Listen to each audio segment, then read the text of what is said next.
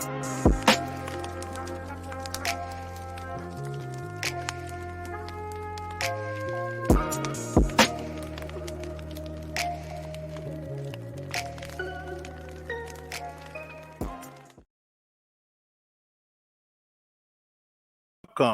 to Home Based Business Review with me, Carl Douglas, your host. Listen, you know what we do. We search around the world to find the most successful entrepreneurs out there in a certain niche that we are looking for information from. And I got to say, we went completely around the world. We have Jamie here. Jamie's an expert in affiliate marketing. So, Jamie, how you doing today? Amazing. Carl, thank you so much for having me. It's an absolute pleasure to be here. And yeah, like you say, I'm based on the other side of the world. Well, depending on who ends up watching this, I guess, but based out of Melbourne, Australia, originally from New Zealand, and I've been here for around about 15 years and been in the online industry for, yeah, about a decade, actually, something like that. So Yes. it's been an interesting journey. Appreciate you having me. You know what? It's our pleasure. So, you know, we do have viewers here who are struggling to understand affiliate marketing, and I hope today, well, not hope, I know, because you're an expert, we're going to give them some information that's going to help them. But before we get into that, Jamie, I want you to tell me, where did your journey start? Yeah, good question. So I'll try and keep it short. I tend to ramble when I give my intro a little bit, so apologies in advance if I ramble on, but it actually started back in 1997. So wow. My mother set up an e-commerce store back in 97 in very small town New Zealand, selling herbal products. She taught herself to code, had some help getting a website developed, learned copywriting, things like that, and basically created this website before sort of Amazon became an international thing, and I guess before Google came along as well. So I grew up around the digital space. Wasn't until 2011 where I was working in finance, and I was working specifically in derivatives, which is kind of like, I guess, margin related products, essentially. And my job was teaching people. It was account opening, it was sales and all that sort of stuff as well. And so at that time, I was looking at her lifestyle, and she had pretty much automated her entire business, and she would receive money in her account overnight. An email would get sent to a shipping house and it would ship the product off.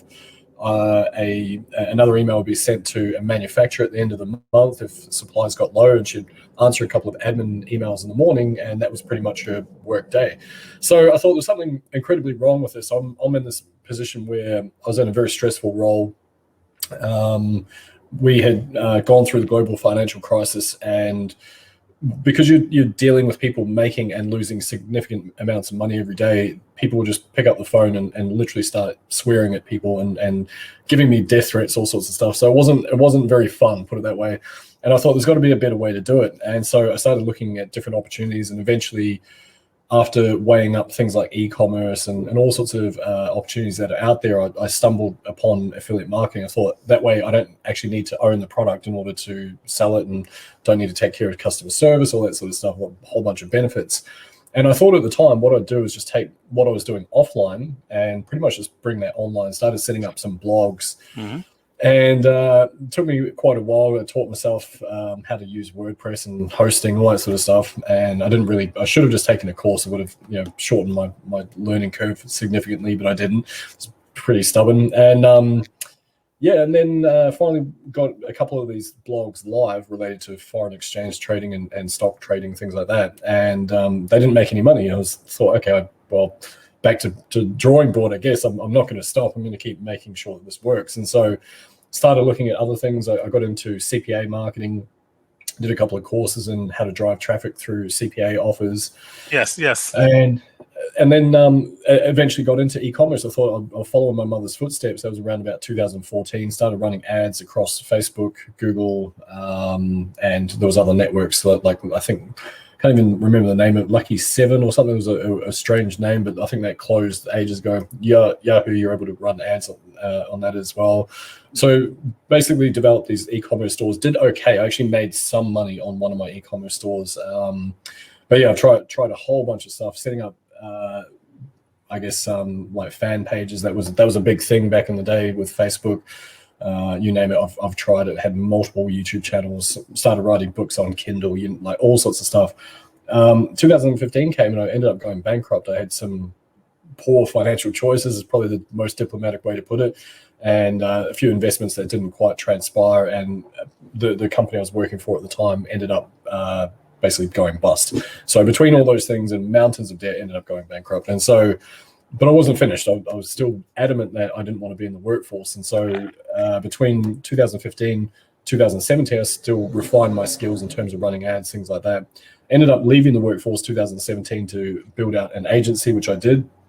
And first year in business was very, very difficult because you're new and you're trying your best to fit everything together. And in the end, I ended up working on behalf of other agencies. And the cool thing about that was I wasn't client facing, so I was almost an affiliate in some sort of weird way. Like I just do the work in the background, they would pay me, and it was great.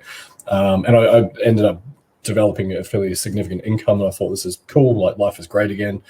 And then towards the end of 2018, basically the company I was getting around about 90% of my income from brought all their marketing in house, and I thought, you know what, it's just business. I can't really get too frustrated at it. And that also coincided with them having a few financial troubles, so they didn't actually pay their creditors, and I then found myself broke yet again.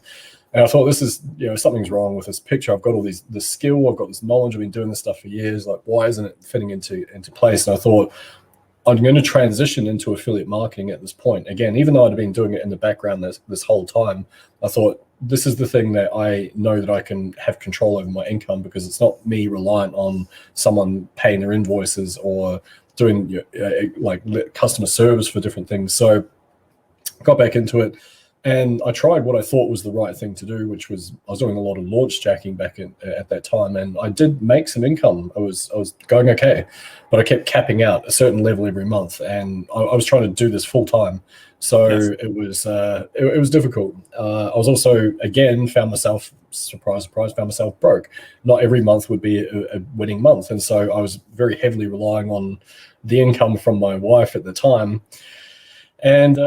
And then towards the latter parts of 2019, I sort of just, I kind of got rid of all the stuff that wasn't really serving my business, and I started focusing on the key elements that were going to allow my business to grow. And I kept going through this process of simplification and removing all the layers that weren't really helping me out. And within, based on some advice that I got from my mentor, he basically said, look, you're doing too much stuff. I see you going live in about 4 different places every single day, but what is the part of your business that is leading to the monetization? Like, what are you actually doing every day that's leading to you pulling money out of your audience? I was like, oh, everything together. So that's not a business plan. Like, you need to be specific about the tasks that you do that are going to elicit revenue. Yeah. And so you can scale up on it.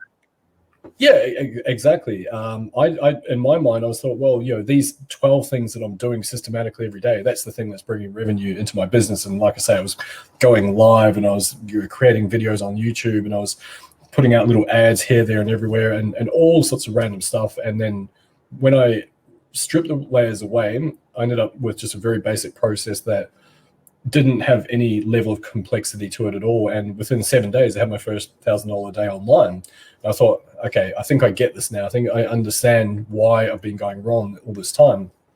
Had another one the next day, first $10,000 a month. I thought, okay, this is pretty cool. And that happened to coincide with me partnering up with what is now my business partner. It was then my mentor. And we built what is now the Super Affiliate Accelerator. So I kind of teamed up with him, and he led the way. And I thought, let's just go and see where this ends up. So it's been a fun ride. That was a very long-winded story. Sorry. No, that's fine. That's fine. What I'm gathering from you, you tried this, you tried that. You didn't give up. You kept on going because you see that this was something that was attainable. You believed in it. Yep. Regardless what companies came and went, you understand there's no guarantee with any company. That's why I tell people, I said, be a marketer, find out how to market on the internet, be a master at it. And no matter where you go, you will be able to succeed if you know how to market.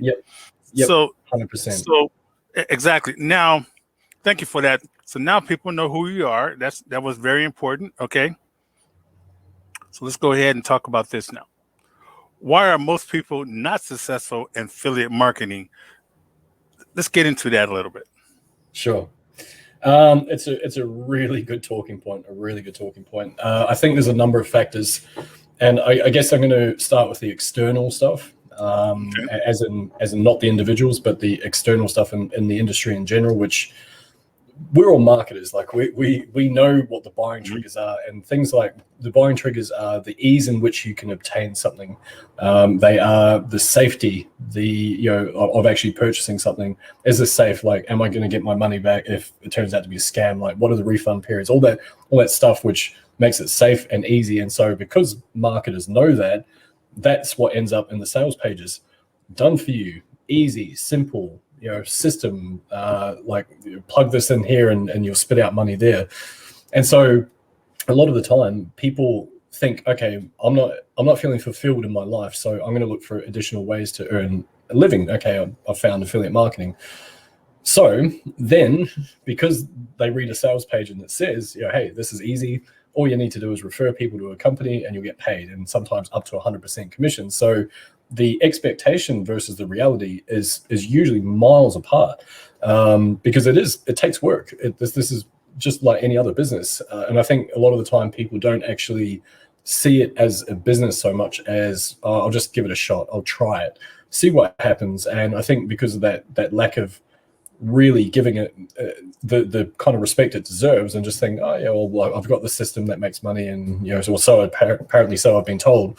And so then when they get in there, and it's like you have to learn funnels, and you have to learn email marketing and copywriting and sales, and then you have to learn like traffic strategies, and what's the best platform to get traffic from, and how do you do that, and how to get better open rates on emails. And so then all of a sudden it's gone from done for you, easy, simple, basic, to the reality is like, no, there's a lot to learn, and it never ends either. You're constantly learning stuff, but it becomes very enjoyable when and you're confident in the fact that there's going to be revenue on the other side of that learning curve as well. It's not just a matter of is this going to work for me? So that's the external stuff.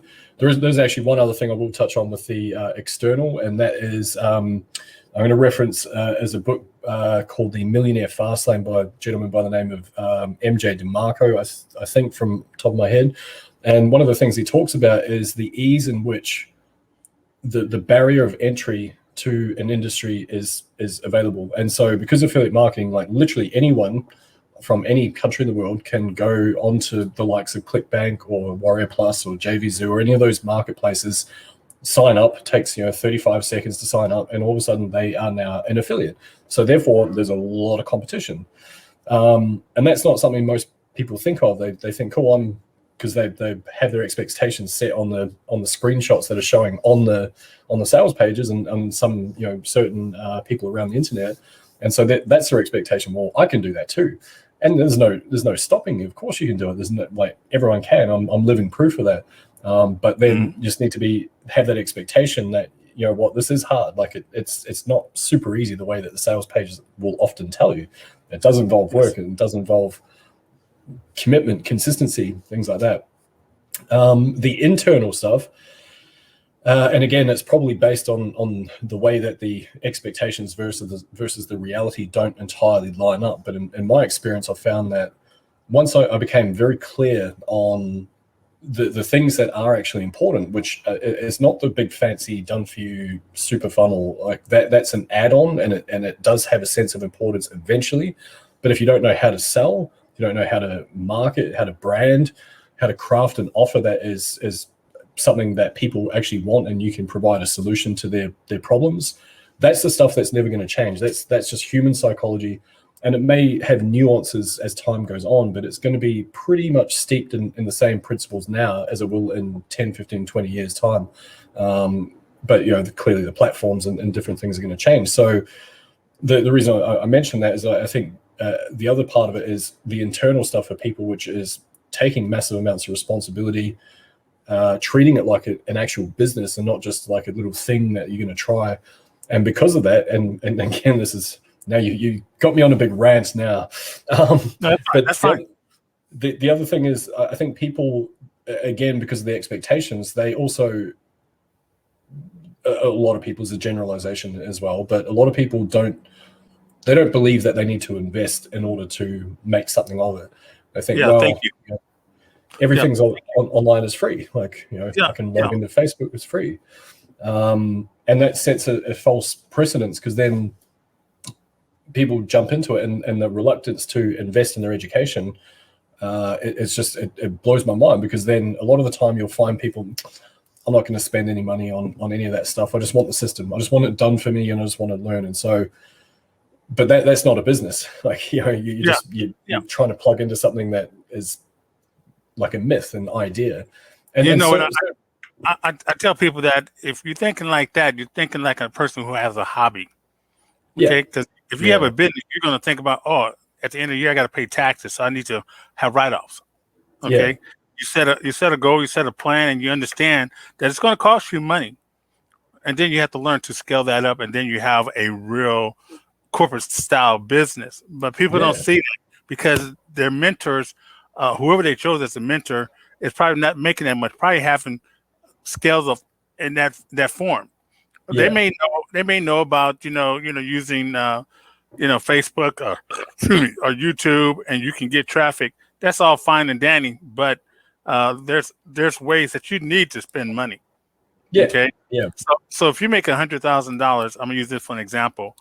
You make $100,000 in your first year or second year, you still got to pay so much percentage of that to, I'm thinking of American taxes, but they tell you 30%. If you're in the 30% tax bracket, 40% or 50%, IRS is going to come looking for you.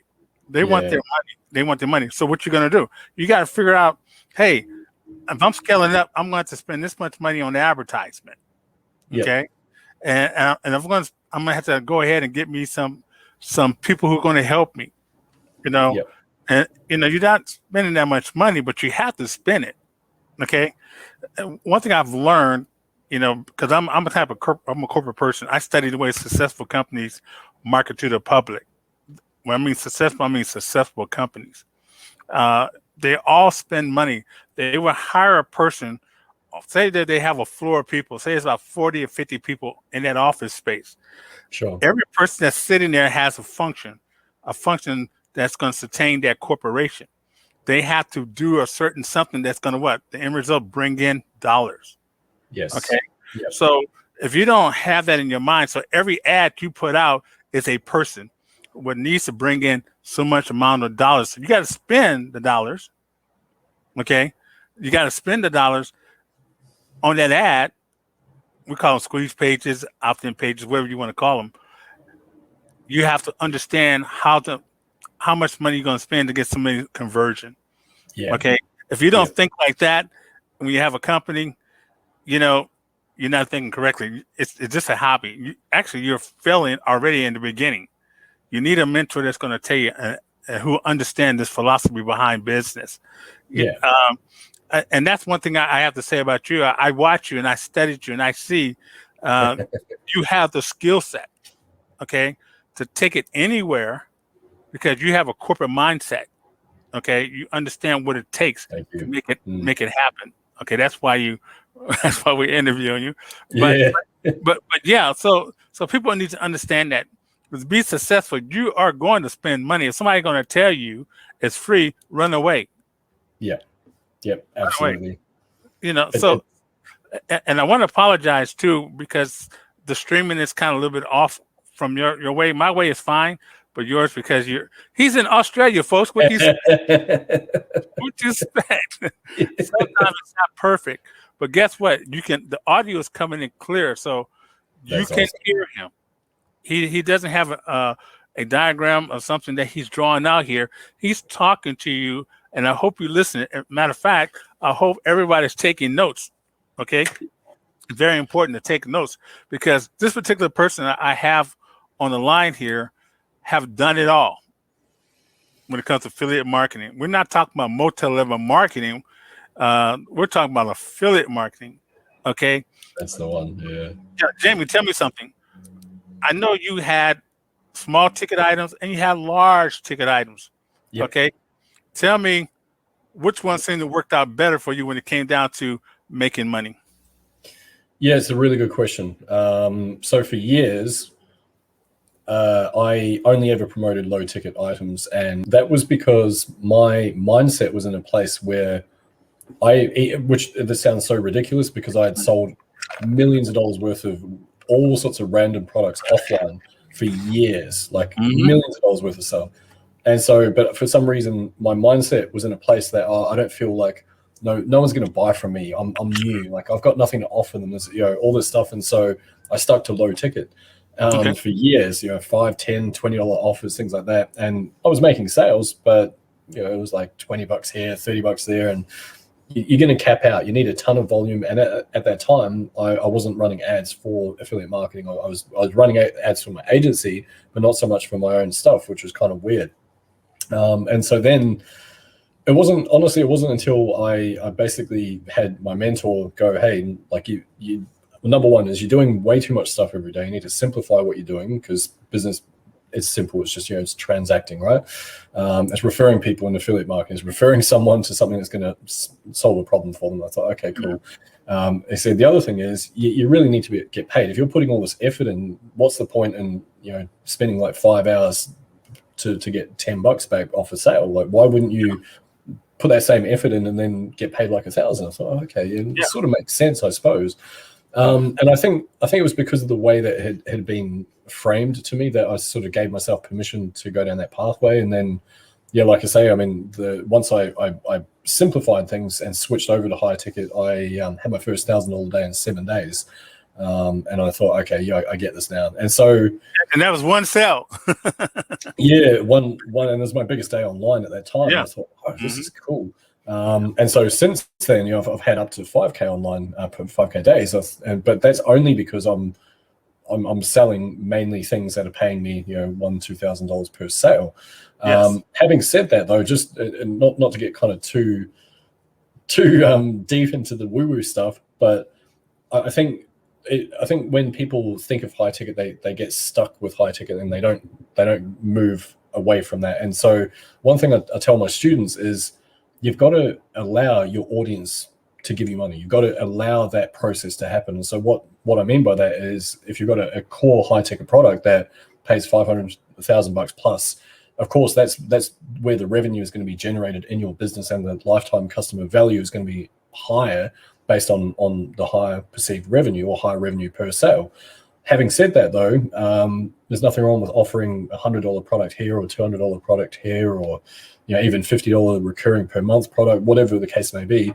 And what you'll find is that over the course of a month, that now balances out your income. So instead of you relying on that cash flow, especially if you're doing organic marketing as well, which you can scale to a certain degree, but until you're running ads and you're scaling that way, you're probably not going to make a high ticket sale like every day unless you've got a significant audience. So of course, aim to get the high ticket sales, but have an offset product or two. And that way you can build your recurring, you can have a couple of low ticket sales. It means that from a cash flow perspective, you're not like thinking, oh, great, I can eat today because I made a high ticket sale. And then there might be like 3 to 5 days where nothing happens in the meantime. So then, the question is, well, what do you do? And that's the answer. You fill that in by offering a low ticket offer or a recurring billing product of some nature. And that balances things out. Yeah, membership site. Memberships. Yeah. Yes. Yeah. Residual income occur from those. I want to back up, and thanks for the information you did on it. I want to back up a little bit. I want to talk about CPA Networks. Sure. I used to attend affiliate summits down in what was it? We were talking about Vegas. We're talking about New York. I attend a number of them. Matter of fact, I've been a speaker on the stage at many of these events. Ad tech shows. I've been a speaker on stage at those events as well, because I was working with a company called LifeLock. I mentioned that LifeLock was a very interesting company. I made thousands of sales because I was using the CPA Networks. And CPA Networks, I'm going to explain how I was introduced to that. Then I'm going to tell you a little bit. This is for my audience, because they asked me, because they know. Well, CPA Networks, they're so into the Funnel Connection Live, that they don't really know about the CPA networks. Sure. Russell Yeah. Wilson and the team of funnels, which is great. Russell is a great. They came up with this tool called you know funnels and click funnels, and it's just amazing how technology took that company to the next level and Yeah. the next level and Yeah. beyond. Like Bud Lightyear, what he says, affinity and beyond, yeah, like that. But the way I was introduced to CPA marketing was one day I was broke. Yes, I was broke, and what happened was I seen, and this is how it was explained to me. If you can convert this offer, the offer is something that you get somebody to fill in the form with their first name, email address, saying that, hey, I want insurance. This is my name. This is my email address. Send me some information on how I can save money on my insurance. And I just scratched my head and I got it right away. I said, oh my God. So I went ahead and I set up a booth right in front of an insurance company. And every time I see Really somebody walking toward the door or coming outside the door, you got to have an 8 foot, stretch. You can't just be right in front of their door. So I had a blind spot where if I seen somebody about to go in the building, I said, "Are you trying to save money on insurance?" They go, "Yeah." I said, "Come on over here. I'm gonna give you a gift." Just for really filling out That's the amazing. And they Yeah. did that. They went home and and guess what? I made $35 just because of their first name, last name, and their email address and their phone number. That's all. Yeah. Yeah. And I sat there, and that was my first time I learned about CPA networks.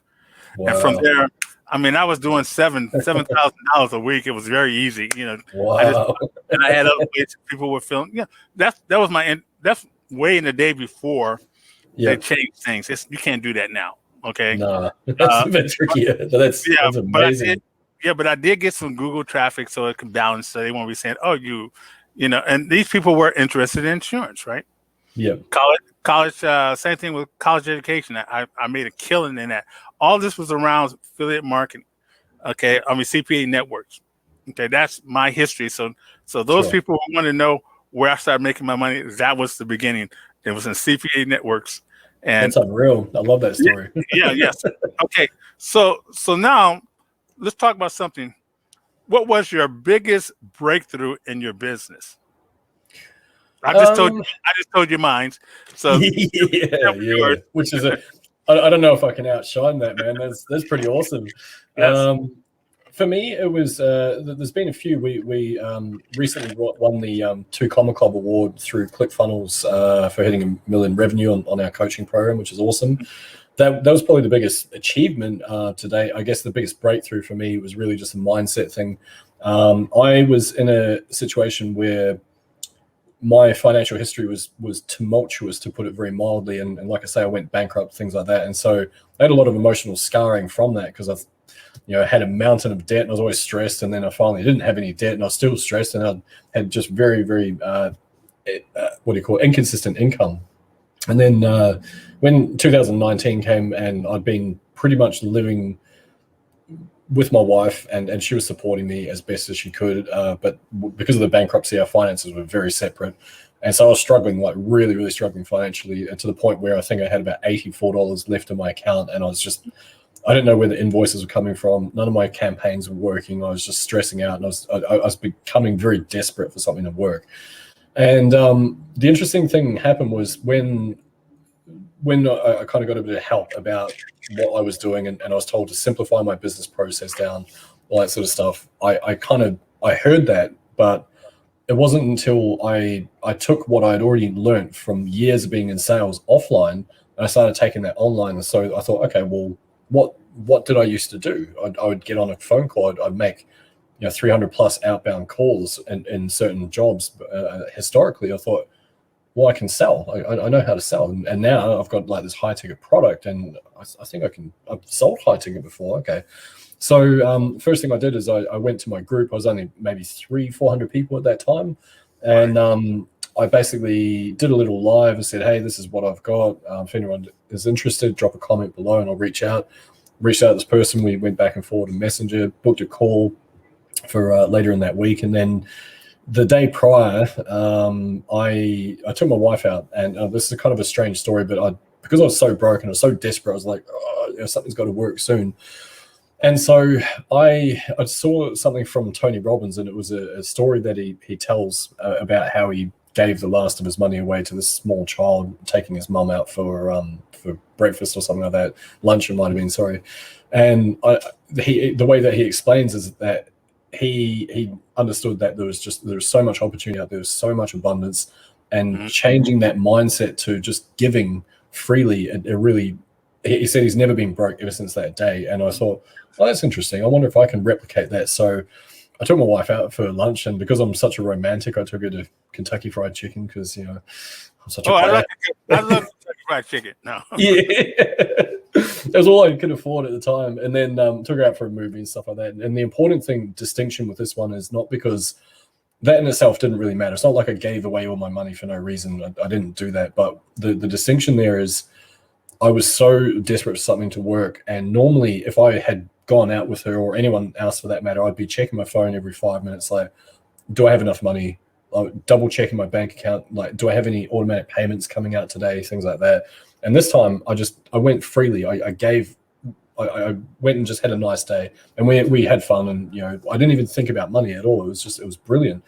And I sort of understood. I remember that night going, I think I get it. This is kind of cool. I just trust that things are going to work out.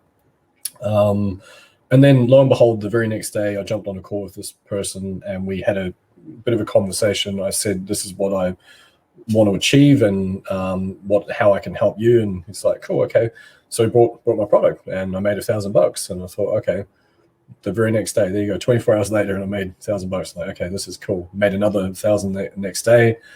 And like I say, had my first 10K month. And I think that for me, that was probably my biggest breakthrough, because I all of a sudden just understood that there is so much opportunity out there, and your mindset and the way that you go into this business is going to dictate whether or not you're going to be successful. And putting that out there, and just putting yourself out there, and just going and doing it is the big thing. So yeah, that was it for me, really.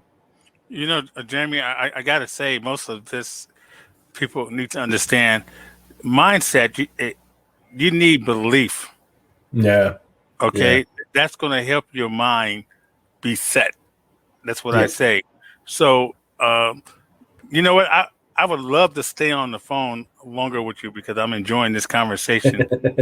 But like I said, you are giving away a lot of good information to my audience, and I'm sure they're going to rewind this and listen to it over and over again. We need to bring you back. Would you come back, Jamie? I'd love to. Yeah, it'd be my pleasure. Excellent. So right now we're at the 32-minute mark. Went over a little bit, but that's fine. We can go ahead and edit a little bit. We'll still get it on the show. Jamie, I'm going to post some more information so people can see if they need to basically connect with you. Okay. So amazing. Thank you. No problem. And but right now, this is Carl Douglas from Home Based Business Review, saying thank you guys for staying with us to the end. We love you for that. But we're going to say bye for now. Thanks for having me. Cheers. No problem.